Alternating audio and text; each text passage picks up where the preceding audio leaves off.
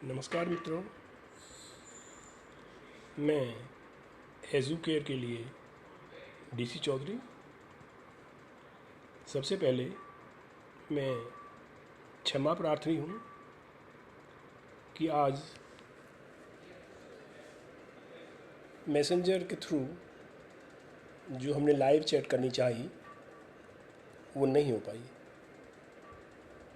Technical reasons या सच में कहूँ कि मैं टेक से भी नहीं हूँ या कोई और वजह हो सकती है। मैसेंजर पर ग्रुप में ये मेरा फर्स्ट अटैम्प्ट था इंडिविजुअल को छोड़ करके, और इससे पहले सारी मीटिंग्स जूम से की हैं या छोटी मोटी मीटिंग्स 2-4 लोगों की वो व्हाट्सएप के थ्रू, ग्रुप के थ्रू की हैं। तो पुनः मैं क्षमा मांगते हुए आपसे अर्ज़ करता हूँ कि एक दिन फिर रखेंगे आपसे बात करके, और बाकायदा इसका पहले एक डेमो लेकर के। अब आज जो मैं आपसे बात करना चाह रहा था कि हस्त मुद्राज क्या हैं, हैंड फिंगर्स क्या हैं, हैंड जेस्चर्स क्या हैं। हस्त मुद्राएं हाथों से बनने वाली, इन उंगलियों से, 5 उंगलियों से बनने वाली, कुछ एक हाथ से, कुछ दोनों हाथ से, ये हमारे बॉडी में, माइंड में इंटरनली कम्युनिकेट करने का काम करती हैं। हम जानते हैं कि हमारा शरीर 5 तत्वों से मिलकर के बना है: जल, पृथ्वी, आकाश, वायु और अग्नि। इन 5 तत्वों से मिलकर के हमारे शरीर की 3 प्रकृति बनी है: वात, पित्त और कफ। जब तक हमारे 5 तत्वों में बैलेंस रहता है, प्राकृतिक बैलेंस रहता है, तब तक हम शारीरिक तौर पर पूर्णतः स्वस्थ रहते हैं। लेकिन हमारा फॉल्टी लाइफस्टाइल, हमारे ऊपर तरह तरह के प्रेशर्स, इकोनॉमिक प्रेशर्स हैं, फैमिली प्रेशर्स हैं, और पॉल्यूशन बहुत ज़्यादा है। तो इन सब के कारण हमारा जो ये संतुलन है 5 तत्वों का, ये बिगड़ जाता है और फलस्वरूप हम बीमार होना शुरू हो जाते हैं।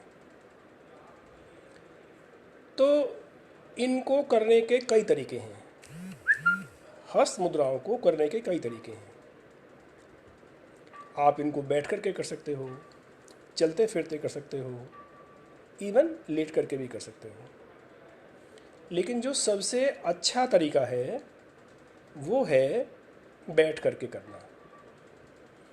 बैठ करके करने में भी रीढ़ की हड्डी को सीधा तान करके बैठना, चाहे पद्मासन हो, चाहे सिद्धासन हो, वज्रासन हो या सुखासन, जिसे हम आलती पालती मार करके बैठना कहते हैं।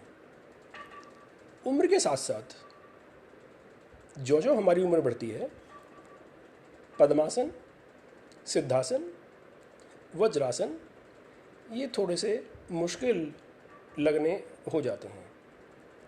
तो यदि हम सुखासन का अभ्यास करें, और कितना करें, आहिस्ता आहिस्ता कुछ मिनट से शुरू करके इसको हम 2 घड़ी यानी कि 48 मिनट, 1 घड़ी 24 मिनट की होती है, तब तक हम बैठ जाएं एक आसन बिछा करके, रीढ़ की हड्डी को सीधा करके। तो आप समझिए कि हम योग के लिए तैयार हैं। फिर है हमारा सांसों पर नियंत्रण। यदि हम 1 मिनट में 8 से 4 बार सांस ले सकें मुद्रा करते वक्त, तो ये एक बड़ी आदर्श स्थिति कहलाती है। मुद्राओं का असर इससे काफ़ी ज़्यादा बढ़ जाएगा और जो हमारे तत्व हैं पांचों, ये संतुलन में आना शुरू हो जाएंगे। तो सबसे पहले मेरा आपसे यही आग्रह है कि एक तो कुछ मिनट से शुरू करके शांति से आसन को सिद्ध करने का प्रयत्न करिए। कुछ दिन से लेके कुछ हफ्तों में, कुछ महीनों में ये आसन सिद्ध हो जाता है। यानी 48 मिनट्स तक बैठने में आपको कोई असुविधा ना हो, आपकी रीढ़ की हड्डी सीधी रहे। पर कोई अगर ऐसा ना कर पाए तब भी वो मुद्राओं को कर सकता है। जैसे मैंने कहा ना, आप चाहें तो कुछ मुद्राएं चलते फिरते भी हो जाती हैं, लेट करके हो जाती हैं, सोफे पे बैठ के आराम से हो जाती हैं, क्योंकि मुद्राओं का मेन जो कनेक्शन है वो हमारी उंगलियों के माध्यम से होता है। तो आज मैं शॉर्ट करके इतना कहना चाहूँगा आपसे कि ये जो हमारी 5 उंगलियां हैं, ये मैंने कहा कि छोटी उंगली, चिच्ची, पिंकी, कनिष्ठिका, ये है जल की प्रतिनिधित्व करने वाली। ये रिंग फिंगर, ये किसकी है? पृथ्वी तत्व की, पृथ्वी का। ये पृथ्वी हमारा पोषण करती है। आकाश, सबसे ऊंची उंगली, आकाश ऊंचा होता है। ये इंडेक्स फिंगर, ये हमारी वायु तत्व की। और ये अंगूठा, थंब, ये हमारे फायर का। यहाँ पर अंगूठा जो है वो सबसे किंग है। सारी मुद्राएं अंगूठे से मिलाकर के ही बनाई जाती हैं। आज मैं आपको एक मुद्रा बताता हूँ सबसे पहले, जो बड़ी आसान सी है, जो मैं बार बार कहता हूँ, वो है ज्ञान मुद्रा। ज्ञान, ये ज्ञान मुद्रा है। ज्ञान, अंगूठे की नोक की टिप के ऊपरी हिस्से को इंडेक्स फिंगर के ऊपरी हिस्से से मिला लेते हैं तो हमारी ये ज्ञान मुद्रा बन जाती है। और इसको हम घुटनों पे रख के आराम से बैठ के कर सकते हैं।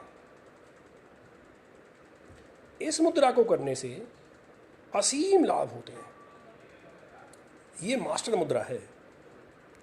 आप जितने भी महर्षियों मुनियों को देखोगे, आप भगवान श्री कृष्ण को देखो गीता का ज्ञान देते हुए, बाबा नानक को देखिए, महावीर जी को देखिए, भगवान को, बुद्ध भगवान को देखिए, वो सब के सब आपको ज्ञान मुद्रा में ही बैठे मिलेंगे। एक अकेली मुद्रा है जो हमें विजडम की ओर लेके चलती है। तो अगली बार बताऊंगा आपको मैं कि इन तत्वों के क्या क्या महत्व हैं। आज मेरा आपसे पुनः ये एक आग्रह है कि आज से ही घड़ी ले लो, आराम से, बिना टेंशन के, जितना वक्त बैठ सकते हो अपने आसन को सिद्ध करना शुरू कर दीजिए और सांसों पर नियंत्रण भी करना शुरू कर दीजिए। बताऊंगा आपको मैं कि आप सांसों पर नियंत्रण कैसे कर सकते हो और सांसों की अवधि को आप लंबा कैसे कर सकते हो। जैसे मैंने कहा ना कि 1 मिनट में 8 से 4 सांस लेने से हमारी कुंडलनी भी जागृत होना शुरू हो जाती है। सुषुम्ना नाड़ी एक्टिवेट होना शुरू हो जाती है। तो आज के लिए इतना ही। शुक्रिया।